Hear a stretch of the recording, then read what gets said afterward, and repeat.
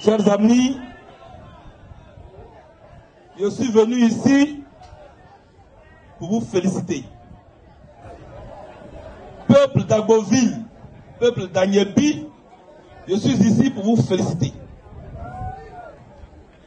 Vous féliciter parce que au cours des 2 tours, premier tour comme second tour, vous avez fait un choix net.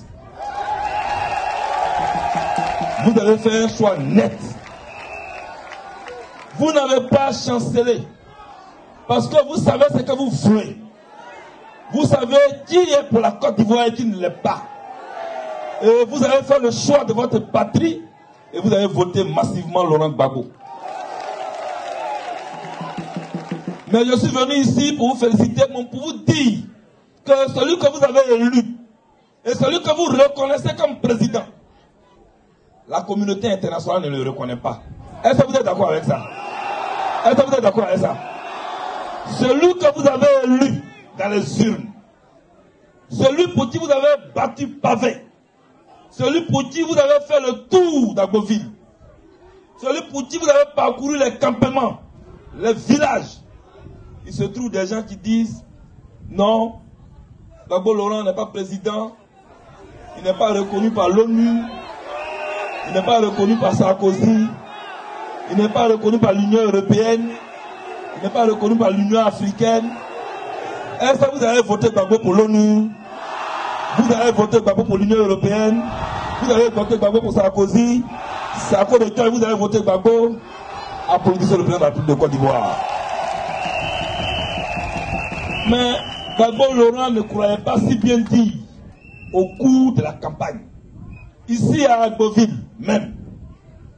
Partout où il est passé, il vous a dit qu'au cours de cette campagne, il y a le candidat des Ivoiriens. Il y a le candidat de la Côte d'Ivoire et il a dit il y a le candidat de l'étranger. Il ne croyait pas si bien dire. Voici qu'après les élections, il y a le candidat qui est reconnu par les institutions de la Côte d'Ivoire, installé, proclamé, investi définitivement selon les lois de la Côte d'Ivoire par le Conseil constitutionnel de la Côte d'Ivoire est reconnu comme tel. Et il y a un candidat qui, dit-on, est reconnu par la communauté internationale et qui habite à l'hôtel du Golfe où il a vraiment construit la plus petite république du monde.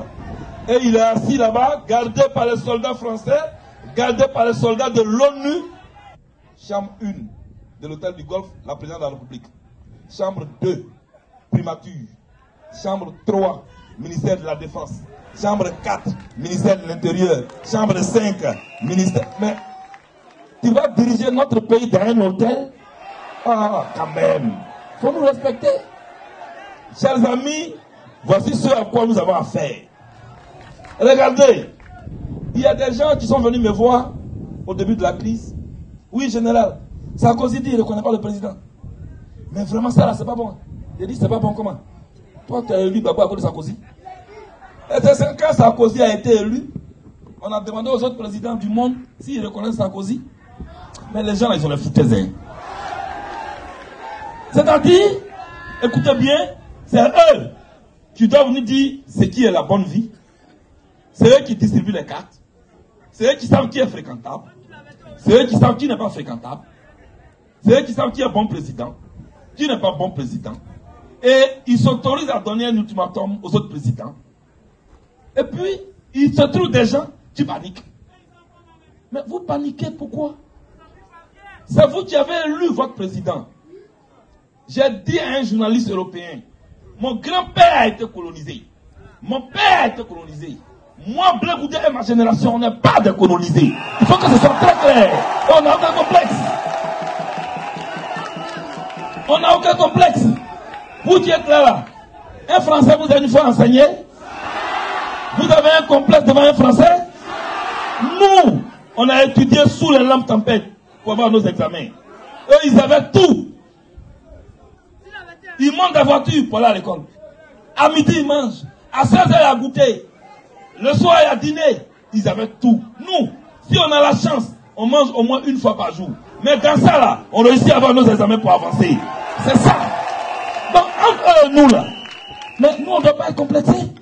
Si nous avons les conditions qu'ils ont, ils vont voir de quoi on est capable. Je suis venu vous dire ce soir, n'ayez pas de complexe. N'ayez pas de complexe. Ils veulent nous mener une guerre psychologique pour nous effrayer. Oui, on va envoyer les commandes pour tuer les Ivoiriens. Je leur ai dit, avant de mener un combat contre quelqu'un, il faut demander son palmarès.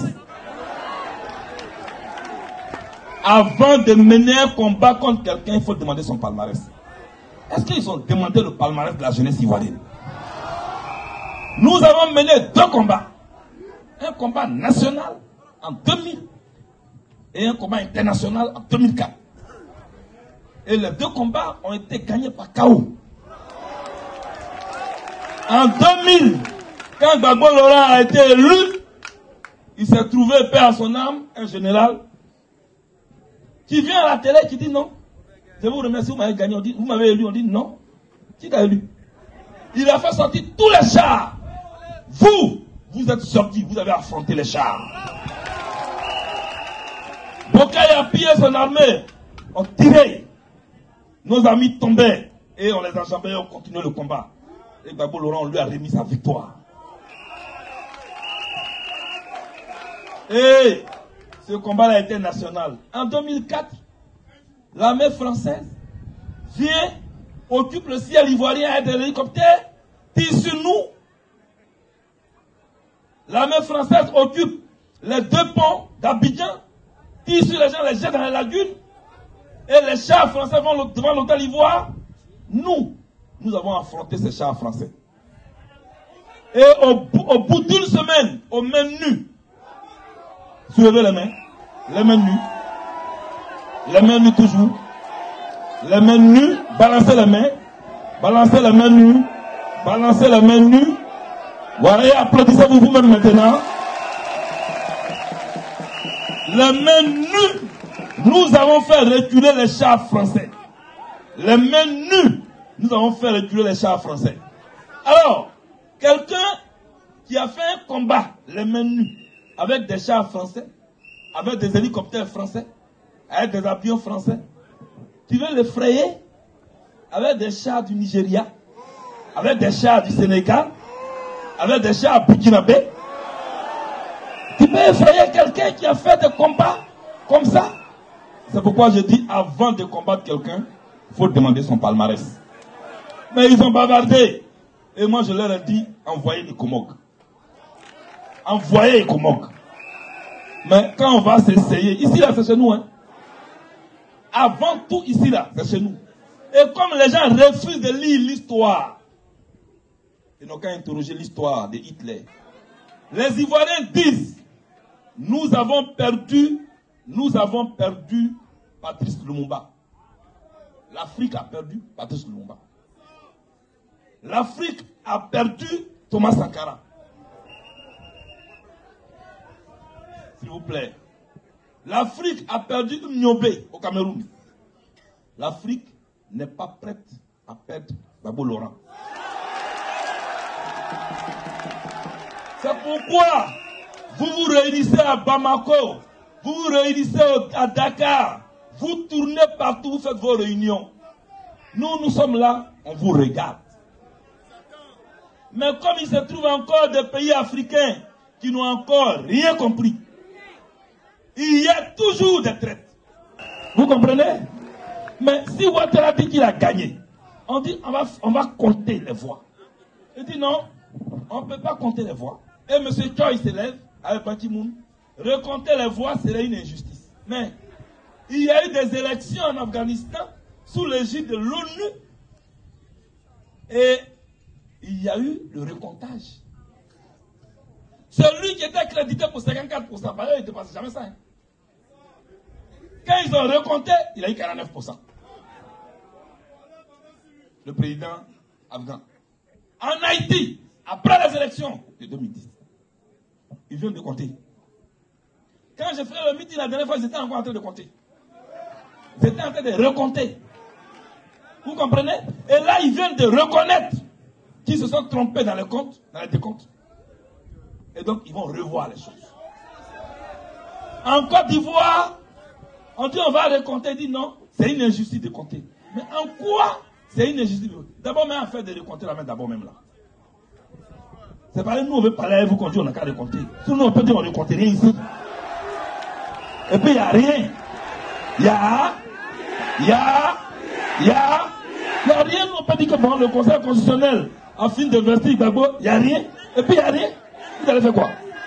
Un homme qui dit oui, je veux une grève générale. Et c'est quand lui dit grève générale, c'est là même les malades se réveillent par au travail. Ça veut dire que dans le pays là, tu n'es rien. Il dit désobéissance civile. Mais désobéissance civile. Quelqu'un qui veut diriger un pays, hein, il ne connaît même pas la psychologie du peuple qui veut diriger. Il dit désobéissance civile. Le paysan d'Agoville se réveille le matin. Mais, désobéissance civile, c'est quoi? Le gars qui a été coupé se réveille le matin. Désobéissance civile, c'est quoi? Mais ça ne peut pas marcher. C'est pour ça que tu es ici à Neuilly avec ton ami Sarkozy. Pour parler de désobéissance civile. Gbagbo Laurent n'a jamais parlé de ça. Hein. Lui, il faisait marche seulement. Tu te lèves un matin, oui. Il a laissé désobéissance civile, il dit désobéissance fiscale. Ça, c'est un gros mot maintenant, les gars.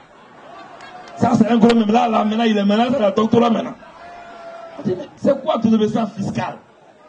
Il dit non, il ne faut pas que les Bakaman et les Tassiman vont payer leurs vignettes. Il dit, ah, donc voilà, le compte nous alors. Mais quand le taximètre ne paye pas sa vignette, c'est la route là, qui siffle? C'est Golf Hotel qui siffle? C'est Joy qui siffle? C'est Ban Ki-moon qui siffle? C'est un policier qui siffle? Policier qui est habillé comme ça, il dit, il ne faut pas t'arrêter de voir. Voilà le problème qu'ils ont. En fait, on veut nous imposer un président importé qui ne sait rien de nos réalités. Voilà la vérité. Regardez, moi j'ai regardé, j'ai suivi la crise en Égypte sur la télé. Oui, le monde égyptien est sorti. Oh, c'est la révolution. Et je suis couché dans ma chambre et je zappe les chaînes. J'ai dit, mais le monde qui est là, c'est pas le monde même là que j'appelle à la place de la République. Seulement, c'est le même monde, à la même place, mais pour des objectifs différents. Le monde égyptien est sorti pour dire à Moubarak, il faut partir. Le monde ivoirien est sorti pour dire à Gbagbo, il faut rester. Le peuple égyptien a parlé au monde entier. C'est ce que Barack Obama a dit. Barack Obama a dit, après la démission de Barack Obama, après la démission de Moubarak, c'est comme ça qu'ils appellent. Le président égyptien démissionne et les 30 minutes qui suivent, le président américain fait une conférence de presse. Il dit le peuple égyptien a parlé. Ça veut dire que le grand rassemblement du peuple égyptien a porté ses fruits. Mais monsieur Barak, Excellence, toi à qui nous avons placé notre espoir après ton élection, mais ouvre les yeux et rends-toi compte qu'en Côte d'Ivoire, en se rassemblant à la place de la République de manière massive, le peuple ivoirien a parlé. C'est tout. Ici, là, le totem de tous ceux qui sont quittés en France, aux États-Unis, en Angleterre, Union européenne, ONU, leur totem là, s'appelle Koutou Gbagbo Laurent. Vous venez, on vous dit, vous allez faire vos enquêtes comme vous voulez, mais Gbagbo là, on ne le touche pas. On vous dit, la constitution ivoirienne là, on la touche pas. Donc, vous êtes informés, vous êtes avertis, rentrez dans les trous, sortez comme vous voulez, mais vous connaissez le totem en Côte d'Ivoire. Le totem en Côte d'Ivoire là, on ne touche pas à notre constitution, on ne touche pas à Gbagbo Laurent. À partir de là, menez tout ce que vous voulez comme enquête. Mais nous, on est là, nous sommes les gardiens du temple et on vous regarde. C'est pourquoi je voudrais dire aux Ivoiriens, qu'ils soient à Diokoué, qu'ils soient à Diglo, qu'ils soient à Gagnoa, qu'ils soient à Demboklo, qu'ils soient à Abidjan, qu'ils soient partout en Côte d'Ivoire, chacun est le gardien du temple. Et notre totem, qu'on doit indiquer aux gens, c'est notre constitution. S'ils touchent à notre constitution, avant même que je vous parle, je vous demande de vous révolter partout où vous êtes. Et ce mouvement, moi-même, je prendrai la tête. Moi-même, je prendrai la tête. Que Dieu vous bénisse. Que Dieu vous bénisse.